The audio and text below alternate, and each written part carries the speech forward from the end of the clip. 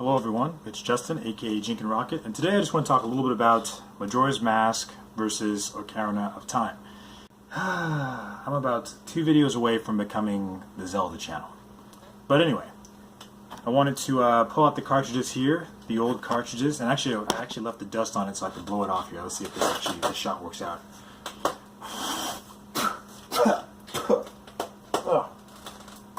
Yeah, I haven't touched that in a while. But yeah, as you can see, more or less in good shape. Yeah, I'll have to pull out 64 and see if this bad boy still works. And as you can see on the top here, I don't know if it'll actually show up on camera, but there's like a little, it's like a little holographic thing. We were all super excited about this technology circa 1998 or whenever this was released, 1997, based on the back of the cartridge. And of course, this is under it, so it doesn't really have any dust on it. The original Zelda Ocarina of Time. Get a nice little good look at that there. Ocarina of Time, Majora's Mask.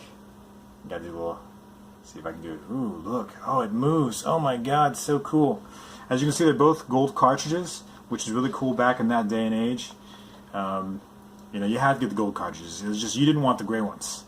That was like the shame. It's like, show that you were not, you're not the true Zelda fan. I'm not really a collectibles guy either, but in this case, this is one of the things where I kind of make an exception. I want the gold disc whenever it gets released, or the gold cartridge. I don't know if they even did that for later entries in the series. Anyway, I'm not going to pull those out right now. But anyway, I want to talk a little bit about. I want to talk a little bit about these. First off, you've got Zelda Ocarina of Time. Now, in this bad boy, you're looking at I think 10 hours of clear time if you skip all the side quests and you already know what you're doing. And Majora's Mask is, strangely, I think it's about the same playtime, but it feels shorter. I'll say that Ocarina of Time, the first playthrough takes much longer. So the first playthrough was like 20 hours or maybe 25 hours, especially if you clean it out the way I did. I got every single last thing. Whenever there's a rumor, oh, there's a secret temple here, oh, you can actually get the Triforce, I went and I tried all that stuff. Of course, most of it turned out to be lies. But I remember there's this one really persistent rumor that you could meet Shadow Link in Kokori Forest or something like that, and if you did that and you had a secret mission with him, you could go to the Temple of Time and open a secret part of it and get the Triforce. Complete bullshit. I tried for hours, I tried for days, but back then, again, I couldn't check things again as well with the internet because I didn't have it at my house, so I didn't have access to it all the time. That was such a persistent rumor. I wasted so much time trying to do it. But anyway, yeah, and of course this is a classic Zelda title. So they're kind of the main Zelda games and the side Zelda games. Majora's Mask is very much a side Zelda game. It's technically speaking a direct sequel to Ocarina of Time. After he walks away from the pedestal or whatever, he decides some small amount of time passes, maybe a few years, and he decides to go visit a friend of his. That's the beginning of this story. Is he's trying to go visit who we assume is, I think, Navi. I don't think it's Epona. I think it's Navi because he's in a forest and he's riding Epona in the opening sequence of Majora's Mask. So I think he's going to go try to see Navi is the idea, and Navi is his fairy in this game, and the fairy kind of. Basically, it's she's part of the targeting system, and she gives you clues and hints when you're stuck or about what to do next, and also she's super fucking annoying. That was her whole thing. But I love Navi. But in Majora's Mask, you had a different fairy. It was like Tal or something, and the deal is that this guy, this Skull Kid, this random dude in the woods steals something from you. I don't remember what it is, and you go after him, and you ended up falling into this basically portal into a different world. They don't make it clear that they don't say directly that it's a different world, but it's pretty heavily implied that it's a different world. It feels different. It's pretty clear it's a portal you're falling through, and you know everything is very, very different there. Some kind of parallel universe or parallel land. I forget the name of the land, but it's small. It's smaller than Hyrule.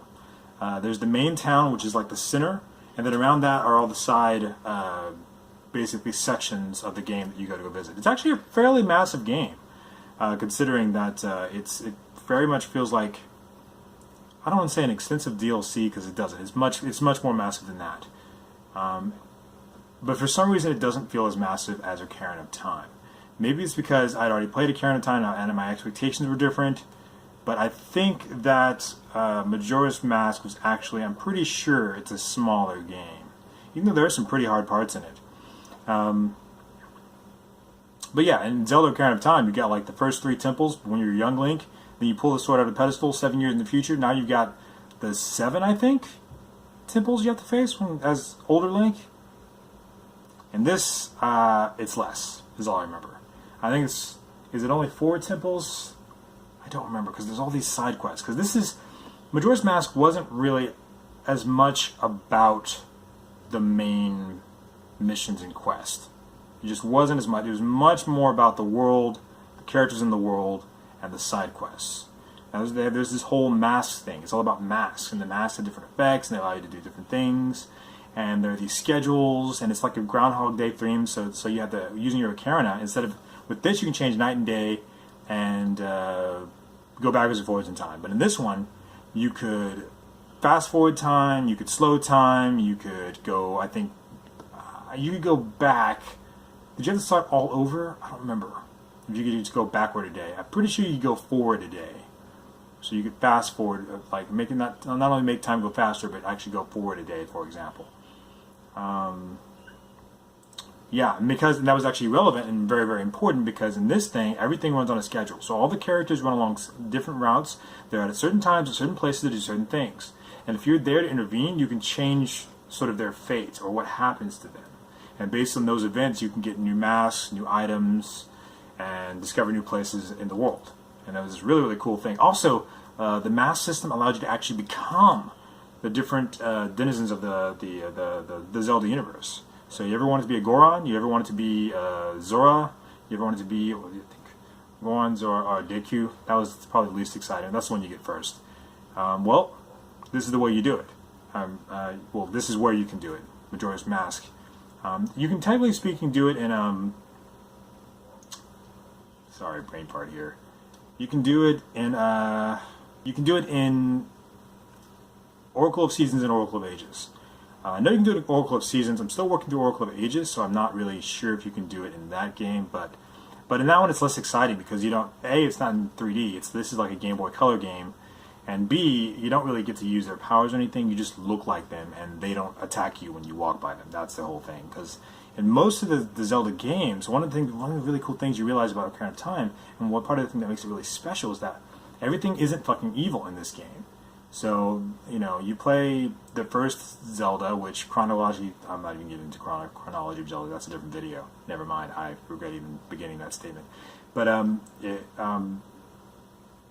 the denizens of the world are good. The Gorons are generally always good. I don't think there's any game that has evil Gorons, but the Zoras generally aren't in most of the games. They're just these little assholes that pop out of the water and shoot fucking pellets at you. It's so fucking annoying. Which in these games are the Octo-Orcs. So, there you go. But anyway, these two games are absolutely fantastic. As you can see, they aren't in great shape. I did lend them out a little bit, so they've gotten a little bit crusty, a little bit dusty, a little bit busted.